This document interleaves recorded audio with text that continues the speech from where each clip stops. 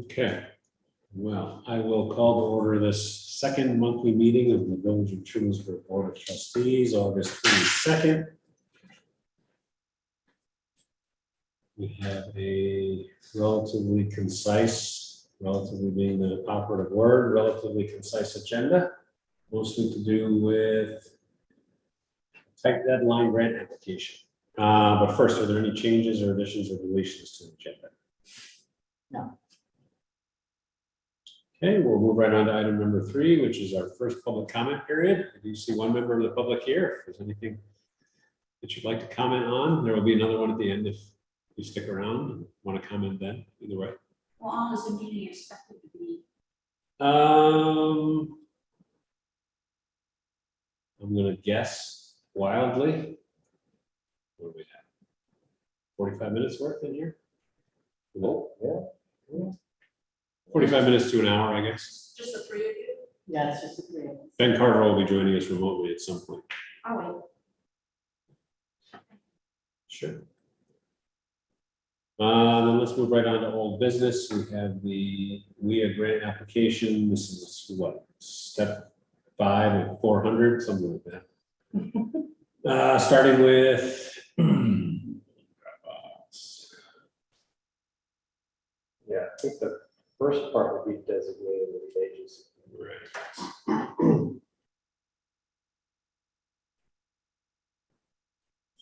So,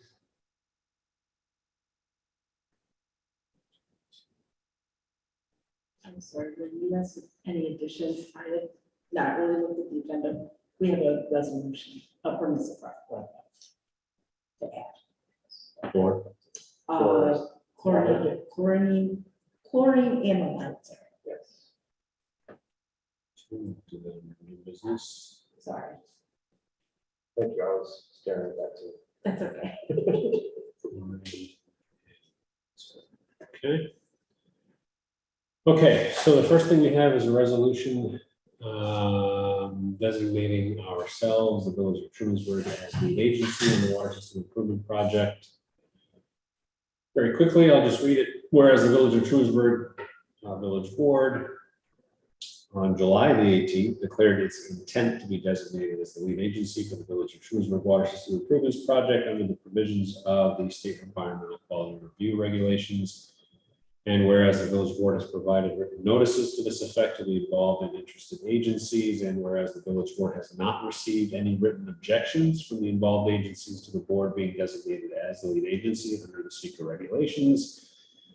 And whereas the village board has previously determined that it is the most appropriate agency to ensure the coordination of this action and for making the determination of significance thereon under the SEQA regulations, now therefore be it resolved that the village board does hereby designate itself as the lead agency for the action identified above herein. And I would entertain a motion to accept that resolution. So moved. I second that. Any conversation? Discussions or questions? Hearing none, then all in favor, please say aye. Aye. Any opposed? We are lead agency on this, which leads us directly to, and I'll let you take this part, Ben, the seeker full environmental assessment review, parts 2 and 3. So we'll start with part 2. Part 2 is where we go through identification of potential project impacts. I'm happy to come. Well, it's open to ideas on how we want to move forward, but I was kind of thinking we could touch on maybe the how many sections are there? There's 18 sections. We can touch on the ones that say that are marked yes, and then the sub items that are all small or no impact may occur. I think I'll just read the top item, and then if there's any concern or questions about the other follow-up pieces, maybe that's a way to kind of move quickly without getting, well, still. I actually think when we did this for the water well project, we just read the headlines. Yeah, that's kind of what I was thinking. And then, we can say yes, and there may be impact on land, or read what it is and say yes. And then unless anything says moderate to large, we'll just acknowledge that they're all likely to be small impacts Yeah. due to piping or whatnot. Yeah, I'll walk through it. So first one, an impact on land. Proposed action may involve construction on or physical alteration of the land surface of the proposed site. Yes, we are looking to build another water building and a few other construction items. So that's a yes, but all of the sub bullet points are all no or small impacts. Continue, impact on geological features. The proposed action may result in modification or destruction of or inhibit access to a unique or unusual landforms on the site. That is a no. Impacts on surface water. The proposed action may affect one or more wetlands or other surface water bodies, streams, rivers, ponds, or lakes. Yes, near the lake. There might be other potential items here, but all small and no impact. Or impact on groundwater. The proposed action may result in new or additional use of groundwater or may have the potential to introduce contaminants to groundwater or aquifer. No, not touching any of the well stuff. Around it. Impact on flooding. The proposed action may result in development on land subject to flooding. Yes, some of this construction is in floodplains as it's done by the lake, but all small impact. Impacts on air. The proposed action may include a state-regulated air emission source. It's a no. Impact on plants and animals. The proposed action may result in loss of flora or fauna. Yes. That is all no or small impact. Impact on agricultural resources. Proposed action may impact agricultural resources. That's a yes, but also no or small impact. 9, impact on aesthetic resources. The land use of the proposed action are obviously different from or are in sharp contrast to current land use patterns between the proposed project and the scenic or aesthetic resources. That's a no. Basically building what's already there. Impact on historic and archaeological resources. The proposed action may occur in or adjacent to an historical or archaeological resource. That's yes, but all no or small impact. Impact on open space and recreation. The proposed action may result in the loss of recreational opportunities or reduction of an open space resource as designated within the adopted municipal open space plan. That's a yes, but small or no. Impact on critical environmental areas. The proposed action may be located within or adjacent to a critical environmental area. No. Impact on transportation. The proposed action may result in change to existing transportation systems. That's a no. Impact on energy. The proposed action may cause an increase in the use of any form of energy. That's no. Impact on noise, odor, and light. The proposed action may result in an increase in noise, odors, or outdoor lighting. Yes, for all small. Impact on human health. The proposed action may have an impact on human health from exposure to new or existing sources of contaminants. That's a no. Consistency with community plans. The proposed action is not consistent with adopted land use plans. No, it is not. So it's consistent. It's not consistent. Right, not consistent. Is that? Consistency with community character. The proposed action is inconsistent with existing community character. Again, no, not. That is part 2. Any questions we would like to dive deeper into? Me, Marcia, any questions? No, we reviewed the lower impact ones before, so no. Yeah, I mean, this is really where rebuilding what's already there, There. or improve, fixing up what's already there. It's not massively different from what I exists. So, having walked through part 2, then we can look at part 3. Part 3 walks us through finding a determination of is there an impact or not.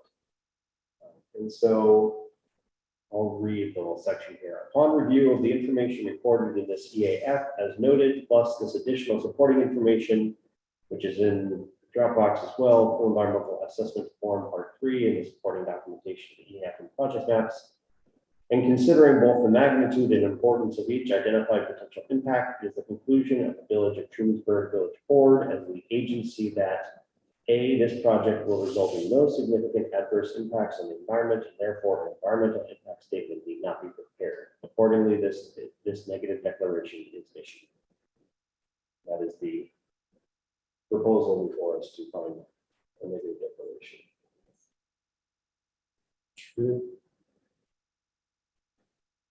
Just reading through the EAF part 3 that they typed in here.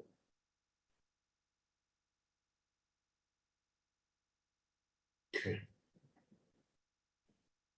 Any questions from the board on part 2 or part 3 of the EAF?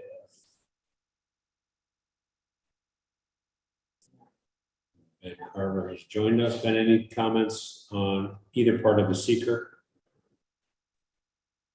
No, I think it's fairly straightforward, although I will abstain for the purposes of the vote just because I wasn't there. But no, based on what I've seen and we discussed before, I think you're going down the right path here.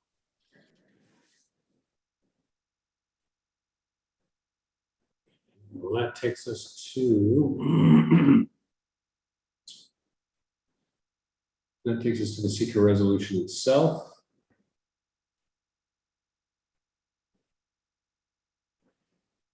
Which I will go ahead and read.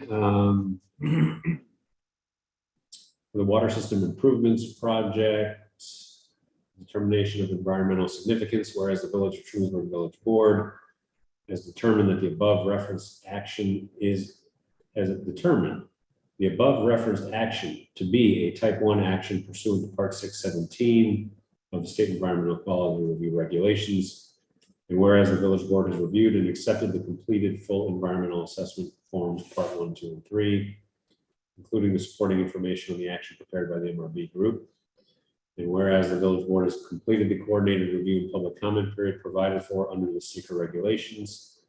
And whereas the village board has designated itself as lead agency under the seeker regulations for making the determination of significance upon said action on a separate resolution at the August 22nd, 2022 meeting. Whereas the village board has given consideration to the criteria for determining significance as set forth in section 617.7C1 of the seeker regulations and the information contained in full environmental assessment forms part 1, 2, and 3. Now therefore be it resolved that said action will not result in any significant adverse environmental impacts based on the review of the full environmental assessment form. And be it finally resolved that the village board does hereby make a determination of non-significance on said action. The village mayor is hereby directed to sign the full EAF Part 3, the negative declaration, as evidence of the village board determination of environmental non-significance. We don't need to informally resolve Part 2 and 3. It's just the word. Okay.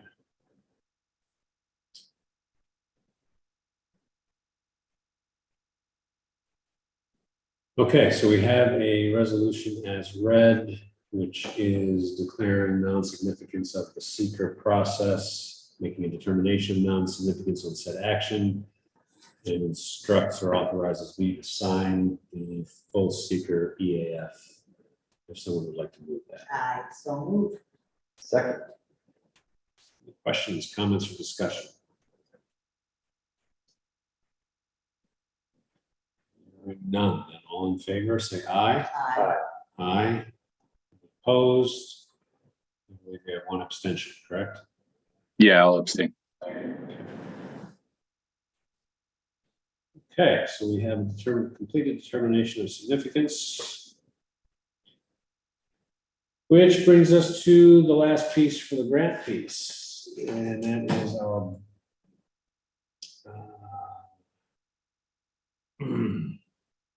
bond resolution. This bond resolution is subject to permissive referendum of 30 days, I believe. Just for anyone watching or keeping track at home, this is a grant application that we're applying for a significant amount of money for something of a catch-all water systems project. The grant application itself requires us to bond for the money or be prepared to bond for the money as it is partially matching. Obviously, if we don't get the grant, there's no project, but if we do get the grant, we may have to spend some money. And so the bond resolution reads, it's a resolution authorizing, subject to permissive referendum, the construction of improvements to the water supply and distribution system in and for the village of Trumansburg, Tompkins County, New York, at a maximum estimated cost of $3,884,000, and authorizing the issuance of $3,884,000 serial bonds of said village to pay the cost thereof. I will not read every whereas in every section. I will summarize them. First whereas says that all conditions precedent to the financing of the capital project, including seeker, have been completed. Whereas the capital project is a type 1 action, whereas it is desired to authorize that the capital project and its financing move forward. Now therefore be it resolved that the village of Trumansburg, by an affirmative vote of not less than 2/3 of the total voting strength of the Board of Trustees, resolves to take on the construction of the improvements to the system with a maximum cost of $3,884,000. That we are authorized to do this pursuant to the provisions of local finance law. There are some other references to local finance law. Faith and credit of the village is irrevocably pledged for the payment of principal and interest on such bonds. More references to local finance law. Validity of bonds and bond anticipation notes may be contested only if such obligations are authorized for an object or purpose for which the village is not authorized to spend money, or the provisions of law which should be complied with at the date of publication of this resolution are not substantially complied with, or such obligations are authorized in violation of the provisions of the Constitution. This resolution shall constitute a statement of official intent for purposes of Treasury regulations, that's intent to borrow. Upon this resolution taking effect, the same will be published in summary form in the official newspaper of the village. And finally, subject to provisions of section 36 of local finance law, this resolution is adopted subject to permissive referendum. So I would entertain a motion to adopt this resolution as presented. So moved. Motion, do we have a second? Yes, I second. Any questions, conversations, discussion?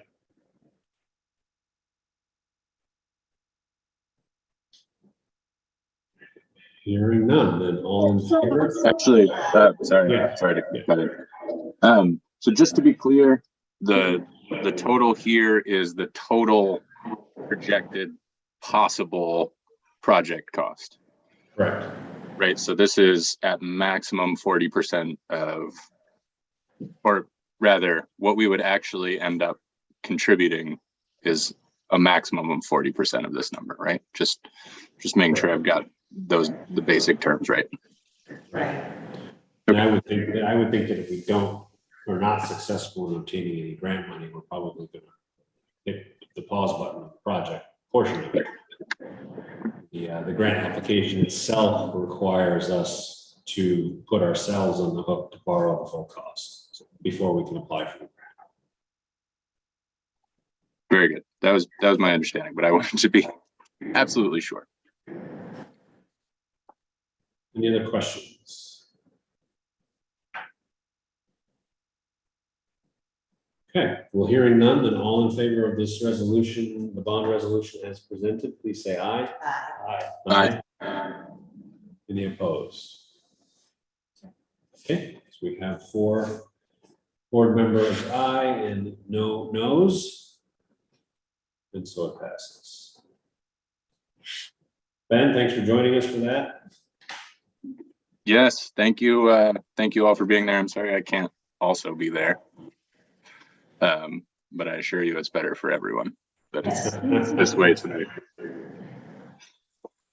Okay, next item under old business was going to be continued zoning discussion. I don't know if there's anything anything specific we wanted to talk about with our skeleton crew or? No, it's just if there's anyone here, if everyone's had any other thoughts since the end of our last meeting, taking a second look at this and had any other comments. Otherwise, we walked through our last meeting and I've relayed those comments to the. I don't know if you had any. I didn't have any additional ones. All right. No, I added all my comments in Wait for line with the Nancy. document. Yeah, and I don't, you didn't add any since our last meeting. But I I didn't read, notice. I went through the whole thing. Those were the comments I had. Yeah, I didn't notice any others, so. Yeah, the committee started to review those comments and make some small changes. The largest one, which we already talked about, was the mobile home park section no longer being valid, so we're removed that. Because it's considered a residence, right? Right, the state has said it can't be regulated any different than any other house. Okay, but Compass could regulate it because Oh, yeah, it's their, sure. Yeah, it's they their don't- entity, but as far as the village, we butt out, and that's not our position to regulate it like we would regulate another residence.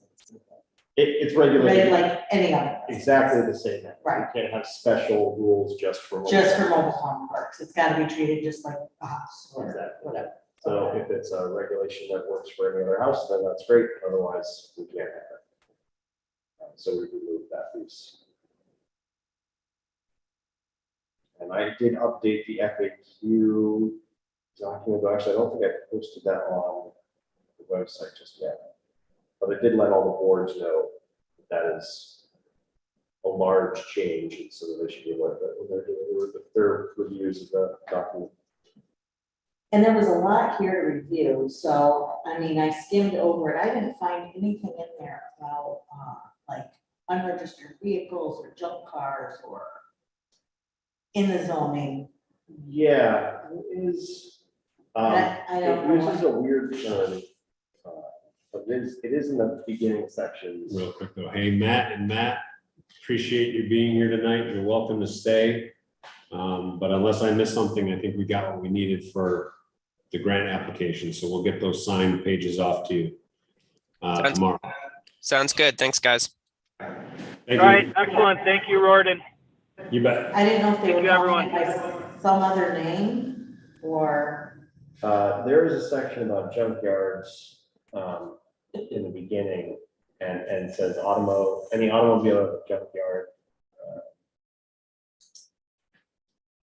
Any lot containing one or more should be considered a junk, partially dismantled, unoperative or unregistered motor vehicles which shall be considered a junkyard. And basically, they've got they should be discontinued within 1 year of the date of enactment. So so there's no enforcement for, say, people leaving 4 or 5 unregistered, unplated cars on their. Yeah, no, that's covered in the junkyard. And is there a fee assessment for violations? I don't know. That's through Tom, and I don't. So I think there's 2 answers.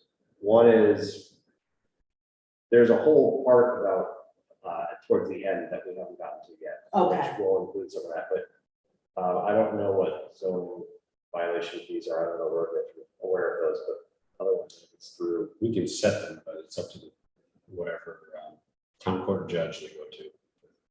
Kind of like Okay, code enforcement violations, so that's go to court. okay, but we set those code violations, right? What those Code- fees code is- are? Code is set, I think a lot of code is set by state. Zoning, I think we can, I think we. to a certain point, but there's a limit. Yeah, I think we can, and I think this is actually a place where Guy has a lot of great ideas, and the idea was to get back to that towards, in a later revision, towards the end, Okay. where there's a lot about administration and permits and different pieces that enforcement and so forth that I think will make more sense to touch that. Yeah, because I'd be interested in the enforcement part and because if there's no consequences to not following zoning laws, then what's the point of having zoning? I mean, Right. we need to have, you know, You'd file an action uh-huh, against the property owner through the town court system. So there is a section about violations and penalties and enforcement and so forth. So it is it's in section 803 and 804. So Okay. that they're there, not to say that there aren't there, they are there. I think it would behoove us to look at them a little more deeply when we get to that section, but we haven't gotten there yet. But there is something on the books in town that's down for the town to Okay. enforce and bring it forward and assess penalties. So And I also looked through this, and I looked at that. On my property, I literally can put 3 other units on. Mhm. That's a lot. Yeah. So what's the logic between, allowing people to have that many Right. alternative dwellings? on well, putting like, I think the idea is putting a 4-unit, a large house is that's just 4 units on that property isn't unreasonable, right? So that's the idea is the way we get to. So you're looking at a singular unit with, or a Right. singular building Sure, with units in it? exactly, right, yeah. So you're not talking about individual dwellings on a certain property where you are? I mean, it could be, if someone wanted to shove 4 individual units, I don't know why they would do that, but actually some people like the idea of a cottage court, so the idea of 4 smaller tiny house homes around a small kind of Mhm. central courtyard or something, where people have that kind of a little bit of a neat pocket neighborhood idea and feeling it's That'd be such a cycle. at 4, well, yeah, anything above 2 would be required site plan. So the idea generally is to kind of create a little more fluidity and flexibility, right? So that people can do, we've heard a number of people want a little retirement community that's 4 or 6 houses on a little plot that's all kind of together. Or people want to take one of these larger homes and make it into a duplex or triplex or fourplex, something in that form. And so being allowed. I mean, one thing that I did like is that I can put a unit behind my house for my mom. Sure, right. Believe it or not, Juniper Manor just announced that they've been doing their fee structure incorrectly for years. And they have had to send letters around to people that have been on the list for 3 and 4 years that they are no longer eligible. And now there's going to be a lot of people that have nowhere to go, that had thought they had a place down the road to live. So that's good news to hear. Yeah, so I mean, the idea is, the way we looked at it is we looked at what exists in the village. There are a number of, duplexes, 3, 4, 5 unit buildings in the village. What lot sizes are they on? Right. And then try and work backwards from that to say, okay, so let's make our zoning reflect what's actually in the village. And that's kind of where we got to. So that some of that's covered in the FAQ, which I can kind of pull up and talk to, but that's where we basically took a lot of that data, was looking at the assessment data and trying to understand what actually exists in the village. And then kind of reflect that back. So. Okay.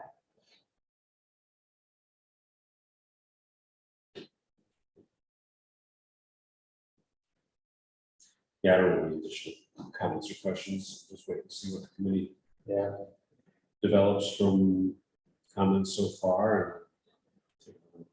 And I'll say while we're chatting about it, so I still need to get a press release out in short order, but the the committee last week decided on the 7th of September for a meeting in this room at 7 p.m. To have another public information session around the document. So I do hope to get press releases out shortly so that they can hopefully get in the newspaper next week and give people enough time to recognize that. I'll put it up on the village website. There's already a calendar invite or a meeting on the village websites for that. Getting that word out.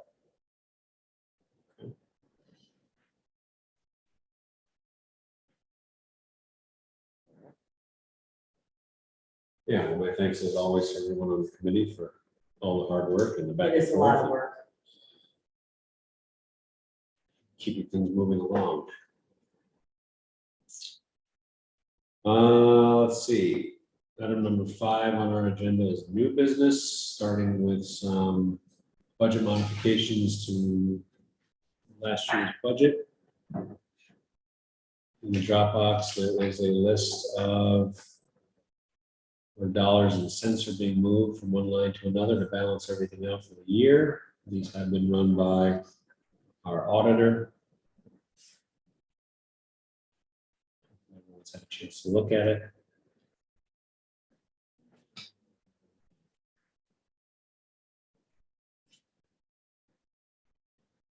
And so, unless there are any specific questions, well, if there are any specific questions, we can still ask them. But I would entertain a motion to accept the budget modification requests from the village treasurer for the budget year of 2021-2022, which ended at the end of May of 22, as presented. So So, Motion and a second. Any questions? Aye. Questions on this?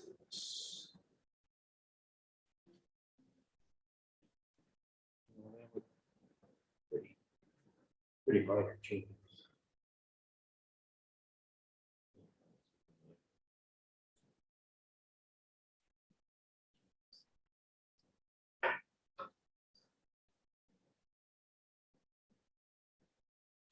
Mostly in line. Let's see, the biggest change would have been.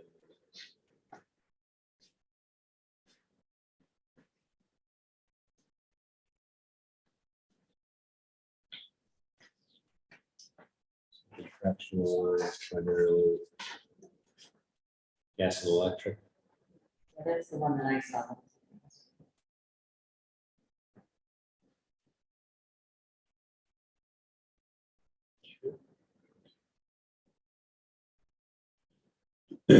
This will close 21-22. I said, once you approve, I can start the APT. Then if there are no more questions or comments, all in favor of accepting the budget modification request as presented, please say aye. Aye. Aye. Any opposed? Okay. Special events water fees. Yes, so this is an item I realized in talking to Dusty. So for grassroots, the grassroots currently requests a special water hookup from the village for the campsite.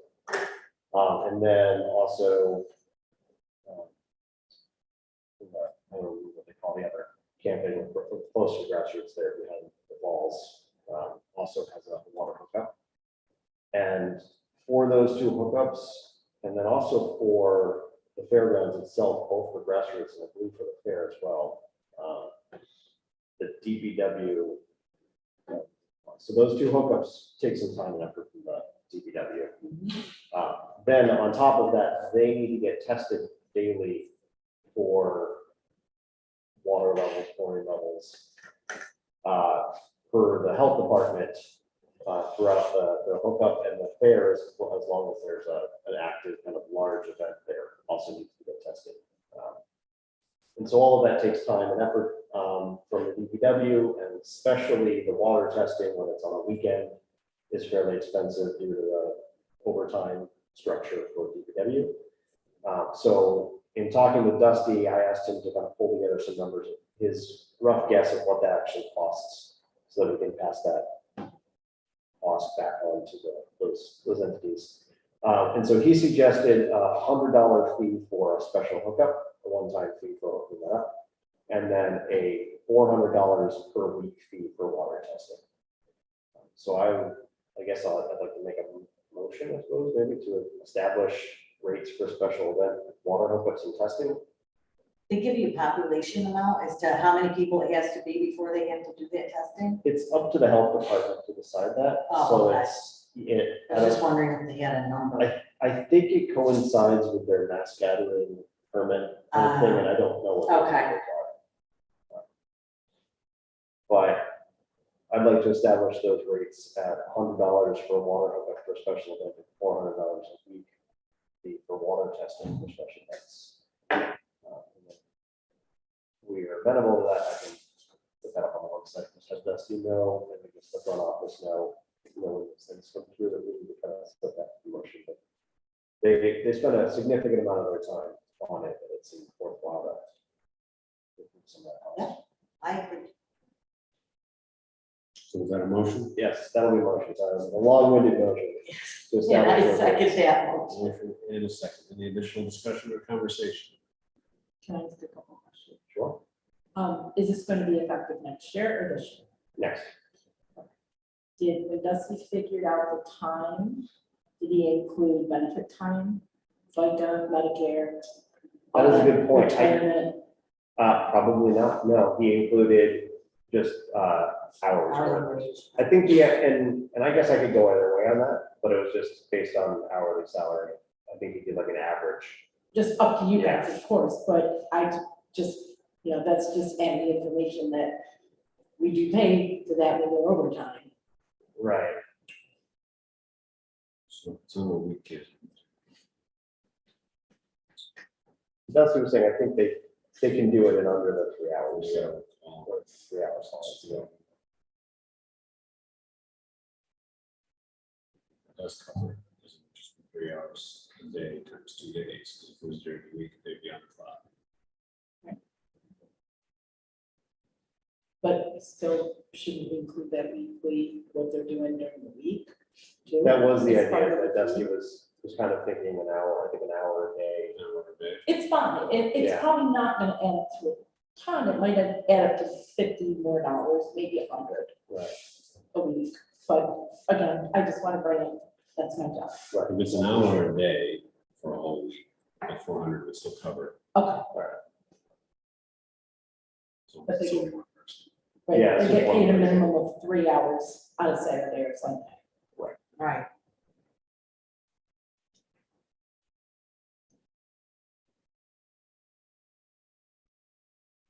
So they'll cover it. Okay. Okay. Very well, it was just a question. No, appreciate it, I had not thought of the detail. Any additional questions or comments? None, all in favor, please say aye. Aye. Aye. Any opposed? And then we have this chlorine analyzer. Yeah.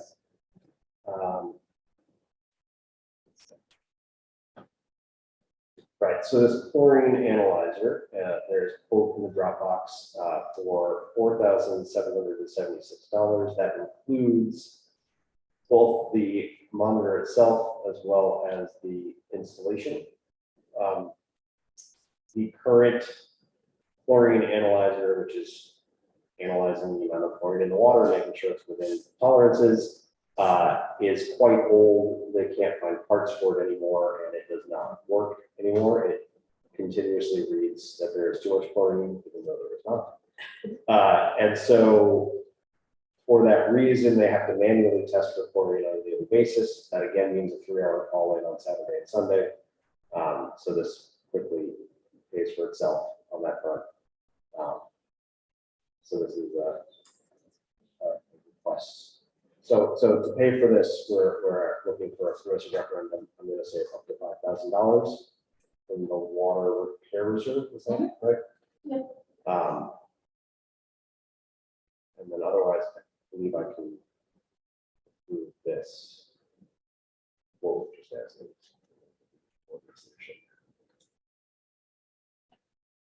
So I'll move a permissive referendum for up to $5,000 from the water repair reserve for the purchase and installation of a chlorine analyzer. Motion, we have a second. I will second that. Questions or comments?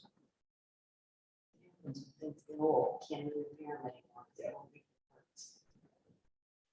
Yep. There are no questions or comments additional, then all in favor of purchasing the chlorine analyzer subject to permissive referendum, please say aye. Aye. Aye.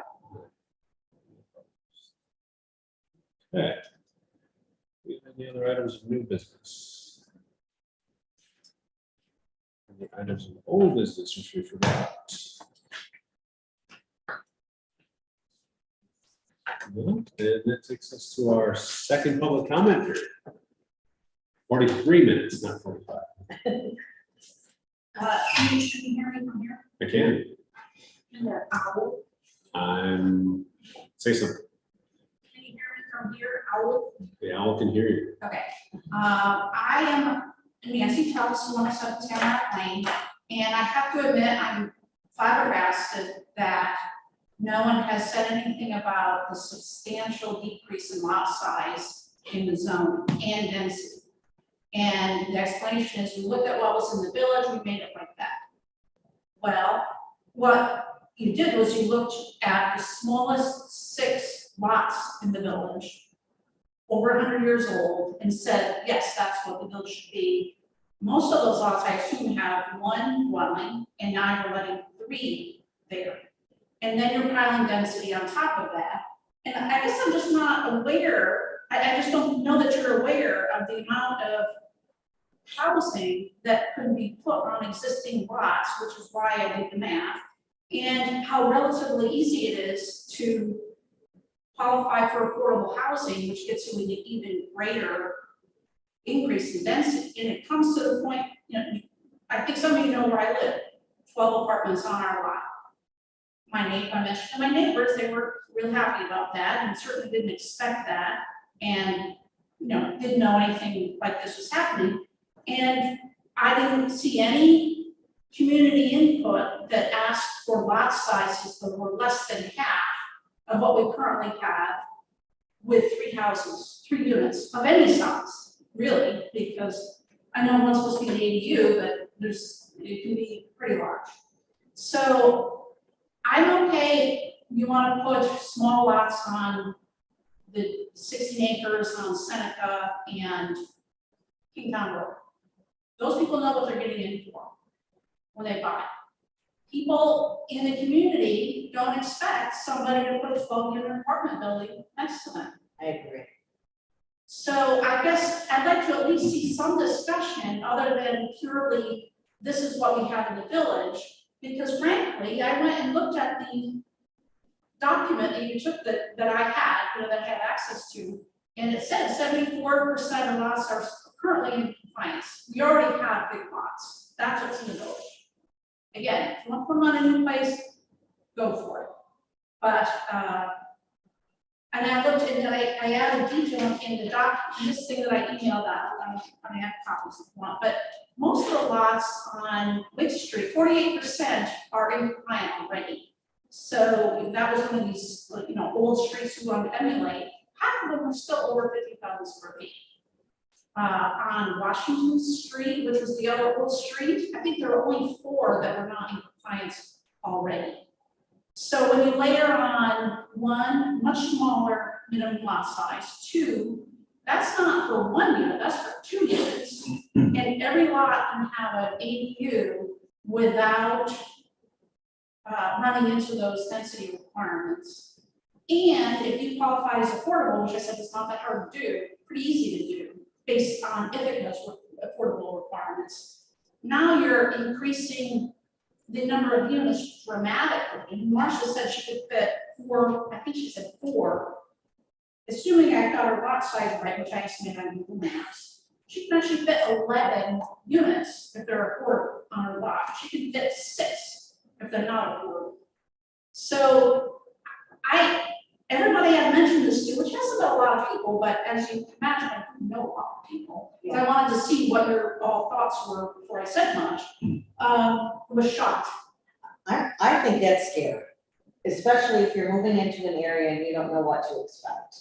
And I don't know that much about real estate, but I would think some people would have to get the idea that if in Trumansburg anything goes, if you can fit it on a lot, it's probably allowed. You may think twice about running in Trumansburg. That's my comment. I have many more issues, many more comments, but I'm sure I've used my 3 minutes. We have more than 3 minutes. We got rid of the 3-minute requirement years ago. No, I appreciate the comments, Nancy. So the way my plan for the CPZR is as follows, and has been consistently so since 2018. And that is, the committee is going to do the work. The committee doesn't get to decide anything. Once the committee has a final product and they are done, whether it's with the entire zoning document or as we've decided to go section by section, then it comes to this board. And I have purposely, for a whole host of reasons, not tried to in any way, shape, or form Bigfoot the work of the committee, because it's not a top-down directive on purpose. I want someone's to do all the work and then present a recommendation, at which time this board will have the ability to have a frank discussion about what we like or what we don't like. And I'm not envisioning it, other than the kind of the initial cursory review, I'm not envisioning it as a back and forth with our own committee. It's more like, this is the work that's been presented, and then we can, as a board, decide what we like or what we don't like.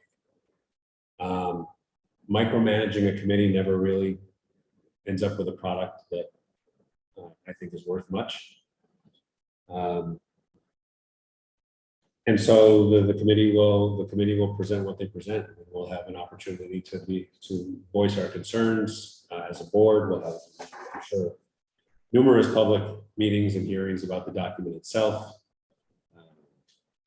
That's how I've envisioned this process.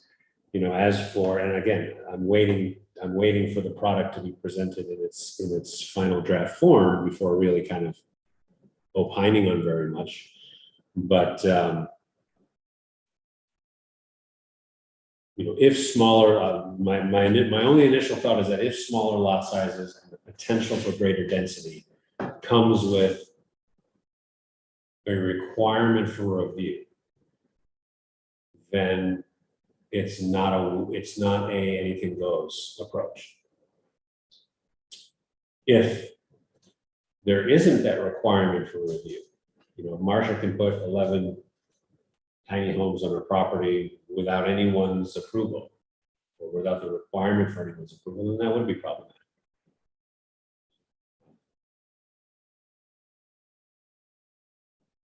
And so I'm going to reserve judgment until we have a final product for you. So basically, you're saying work isn't done yet. So, And I've never envisioned a situation where this board is going to rubber stamp what the committee provides. I just know that when we went through the zoning, the creation of the 2012 zoning document, this board was tasked, the village board was tasked with attempting to do all the work with help from one individual from Tompkins County. And I can say that at the time, I wasn't entirely comfortable with the product, but it was certainly an upgrade over a 40-year-old document. So we kind of accepted it for what it was. But we certainly saw in the years that followed that there's a lot more work that goes into it than simply 5 pseudo volunteers and one assistant, you know, one person from the county. So I'm glad to see the amount of work that has gone on for a period of years with a number of very engaged individuals, and their product will speak for itself, and then this board will get to accept what it likes and shred what it doesn't. And I think that is hopefully going to yield a much better, much more well thought out document. Yeah, go ahead. Can you lay out that schedule a little bit more, because I've been trying to listen to what the schedule is, and what I heard was feedback from you guys by the end of the month, public information session in September, reviews and approval by the end of the year. I'm not really sure, you know, I thought this was your chance to give feedback. Well, nothing happens without this board, so it's not like this is our chance. No, but I thought that was your feedback, you know, he asked for feedback, I thought that was your feedback, there was no feedback. So I'm a little unclear about what feedback you're giving now, what feedback you're giving, I mean, literally logistics. So logistically, we can give as much feedback or as little feedback as we want. The document has to come back before the village board and its attorney for its full review, including public hearings. And so ad hoc advisory committees of an elected board have no authority under any circumstances ever.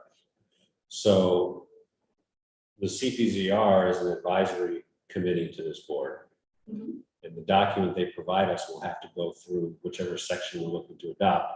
We'll have to go through a thorough review and hearing of this board. The fact that we get to look at it as we go or had a cursory review of it is great because we get to pull out the nitpicky stuff.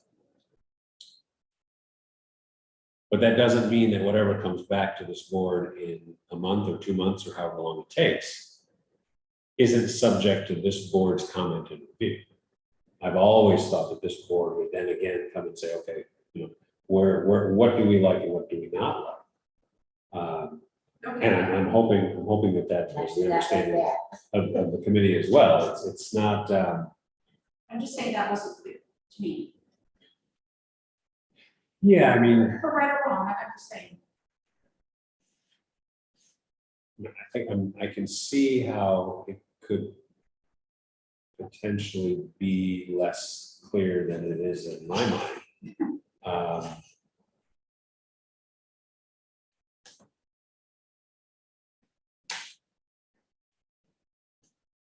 Yeah, no, I understand what you're saying. Well, I'm happy to do any further math. Just my wants to come in. I appreciate your diligence. Can I bring up another issue just as a heads up? Absolutely. We're ahead of schedule for a change. Okay, the parking. I've talked with 3 people about this at length, and none of us can understand where people are supposed to park. And and I don't expect any kind of answer or explanation right now, but we're seeing numerous places where parking isn't required, where driveways are smaller. Don't know why they need to be perpendicular, but we already have a parking issue in the community right now. People are parked, past the Presbyterian church to go downtown.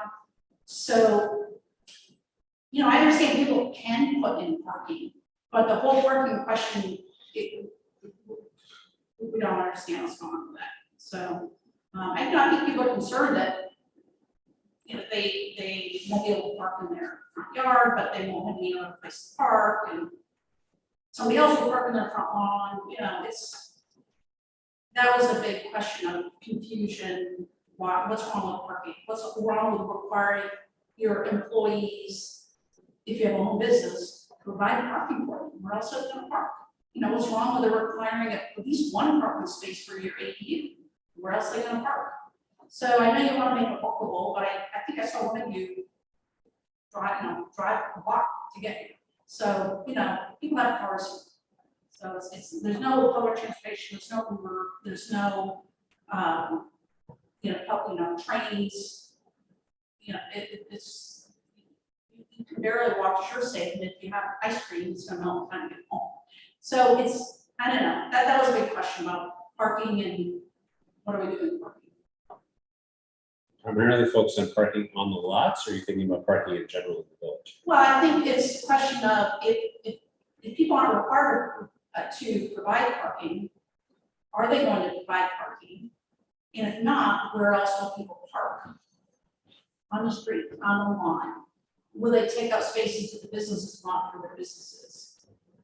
So they're gonna have to be enforced. I mean, I just drove around today, there were cars parked on Wig Street, on not so much South Street or Pennsylvania, but Wig Street's, always got cars on park there. It's worth distinguishing between parking on or just off the road too, which is considered a tree lawn, and there's actually a question that the committee wants to look at to see, making that more clear what is allowed or not there versus in your front lawn, right? So like just on the grass in front of your house. I think anything to clarify where you can park, where you can't park,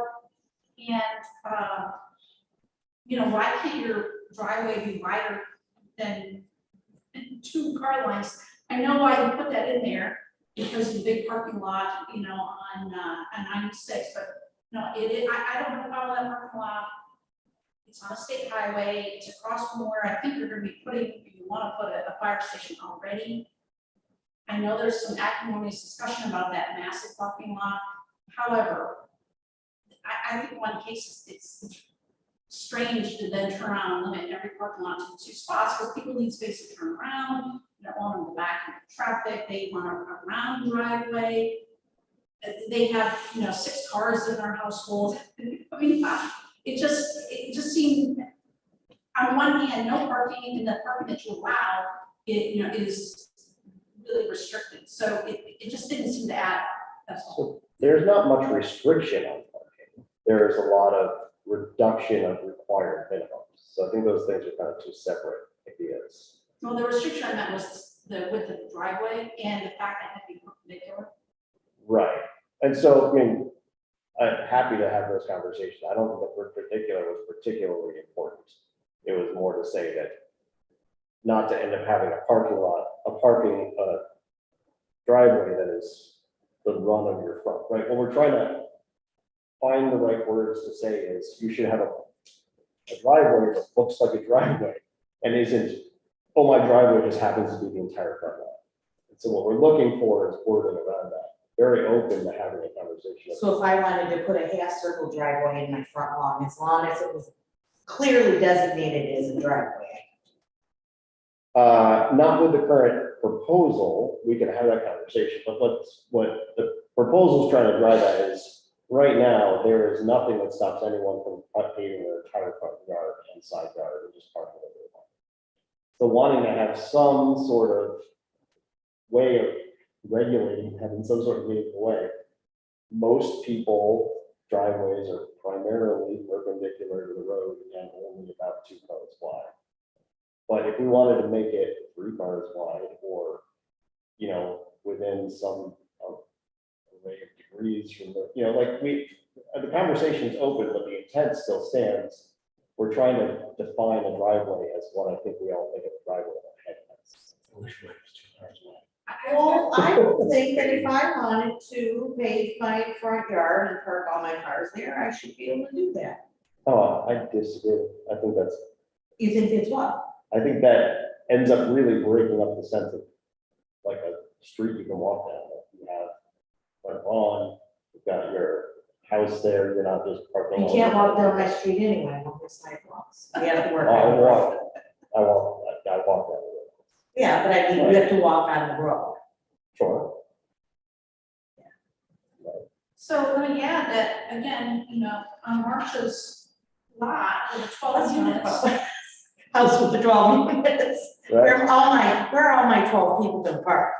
well, yeah, there could be more than 12, but, I mean, now you're talking about greatly increasing density, but in shortening the front setback.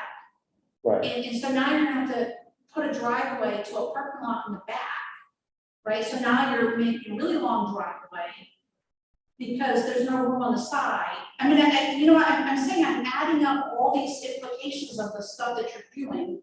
You're saying, well, we don't want this, and we don't want that, and we want this. But when you add up what they all look like together, is it feasible, right? I mean, you're gonna have to have a parking lot for Marcia's 12 units or my 12 units. Where is that gonna be? What you just described is self-limitation. Yeah. So I Well, think, and this is why I wanted this board to wait for the final product to get a Right. holistic view of what this is. Because it's all well and good, I'm not picking on you, No. I'm not picking on you, Nancy, but it's all well and good for someone who's not in this room, to go on Facebook and say, this is what the village is gonna look like with tiny homes dotting across every neighborhood. But that's actually not really what would happen, because you would need the driveways, and you need the space, and you would have the setbacks, even if they're smaller. So there is, when you pile all those things on top of each other, the answer to your question of how would you do all of that is you wouldn't. Well, There would be self-limitation imposed upon that. Plus, you have the layering on top of that of site plan review. So if Marcia tries to stuff 12 homes and a driveway and a parking lot and wants to pay for an entire front yard, she's gonna run out of room. I am. And so that becomes self-restricting and self-limiting very quickly. So that's, and I get what you're saying, we want to do the math to see, well, just how dense could the village really get? And is that what quote unquote we want? But we also have to look at it from the perspective of what is feasible from a space and cost perspective. So what could actually happen? Um, and I get both sides of the argument, because I do have a very clear and real-time picture into the real estate market in this village. And people are crawling all over each other to overpay for housing to the tune of 75% above list price. So there is a real desire for people and families and folks want to move into the village. And the worse that the city of Ithaca gets, the more they're gonna wanna live in a place like Trumansburg or Lansing or what have you. So I don't think we can have a conversation where it's either extreme. More density means, you know, we're all living in tiny homes crammed together in Marsh's lot. Or no more density means it's all Larchmont and Tamarack and people are overpaying for homes and the school district population continues to decline, blah, blah, blah. We've had these conversations for years. It's gotta be somewhere in between. And you just say logic exists within that in between, right? I don't know that logic necessarily exists in there, because I'm seeing what people are paying for homes, but I think that physics plays a role. I think that material building costs play a role. Finances play a role. Yeah. Finances play a huge role. So I think somewhere between anarchy and skinny atlas, there is what we're trying to find.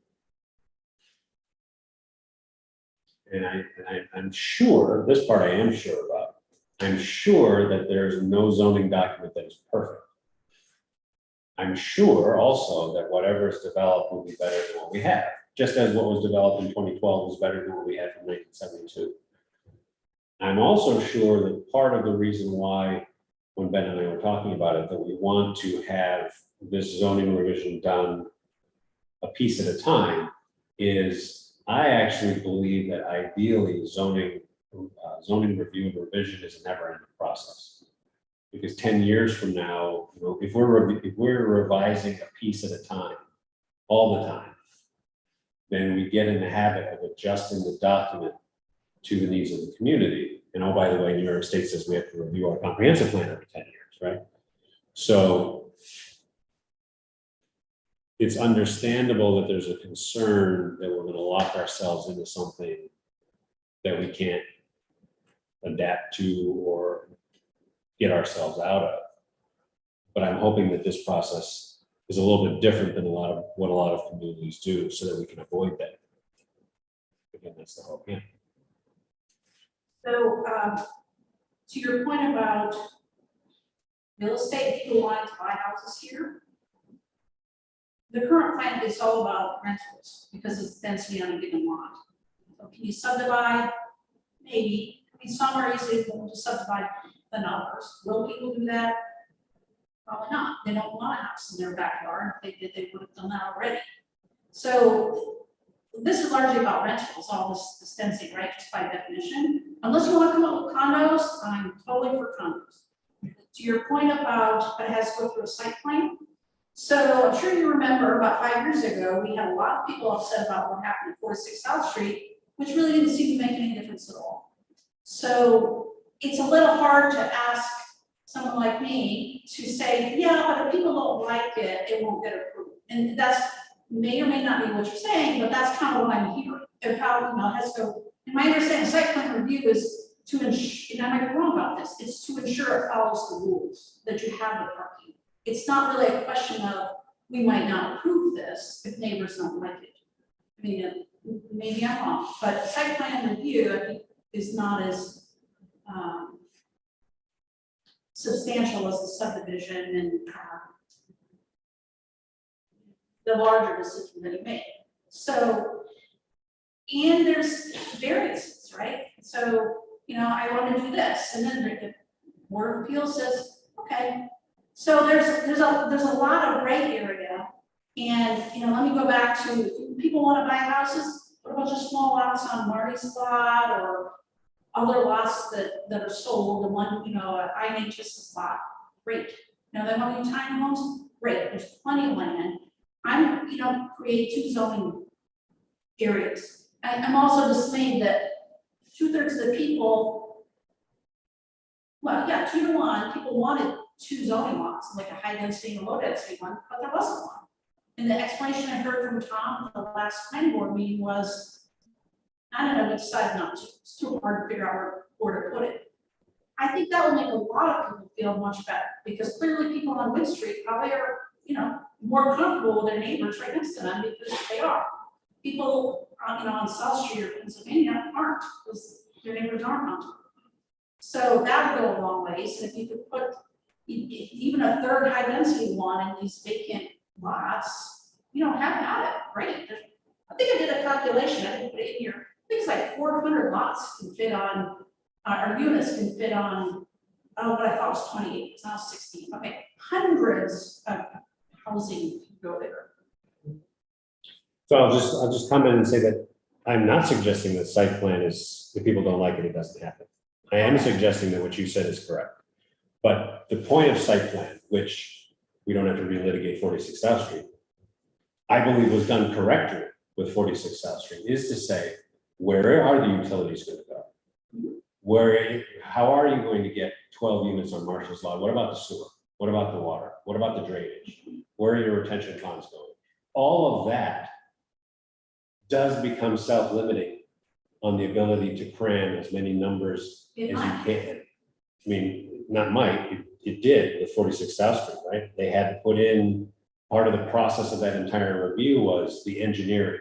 Where are these things going to go? Yeah. So again, I'm not suggesting that the small lot sizes that the committee is working on in this draft are correct. But I am suggesting that simply taking that and then multiplying that by X number of acres, and this is how many units we may or will, depending on who you ask, see, is also not correct.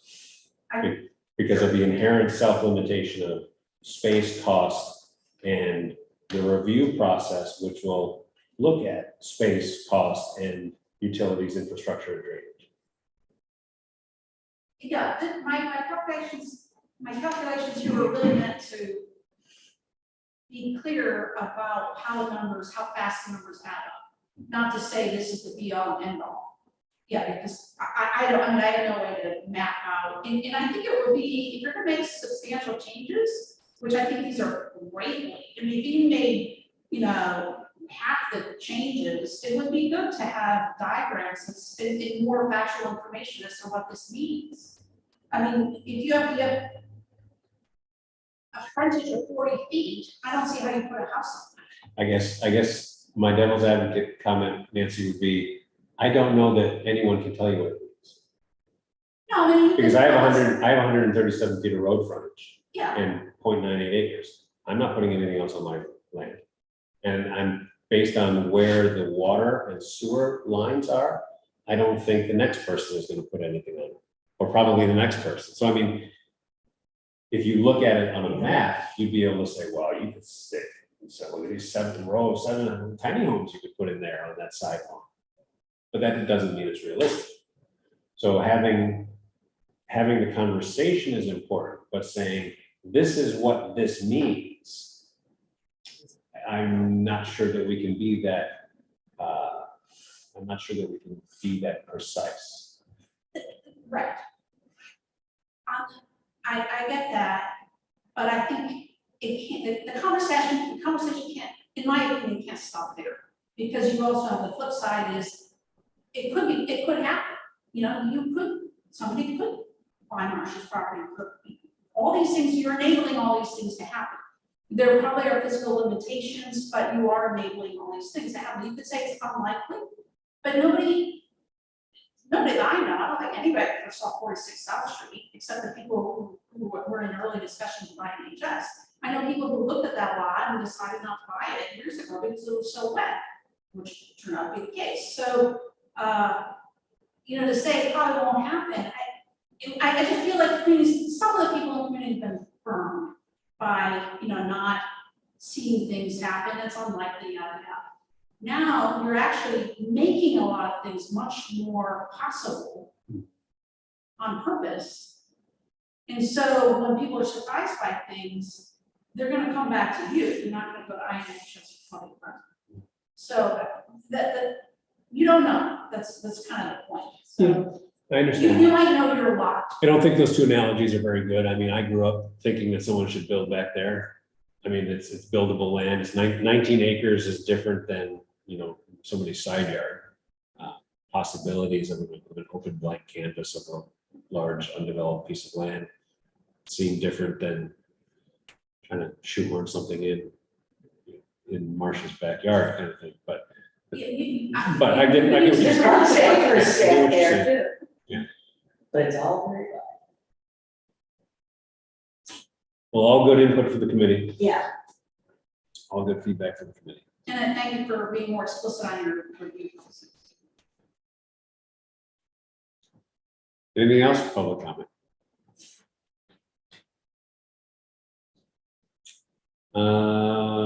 Do we have need of an executive session? Not for me. Okay, then I would entertain a motion to adjourn. So moved. Let's stand adjourned. Good night, everybody in YouTube land.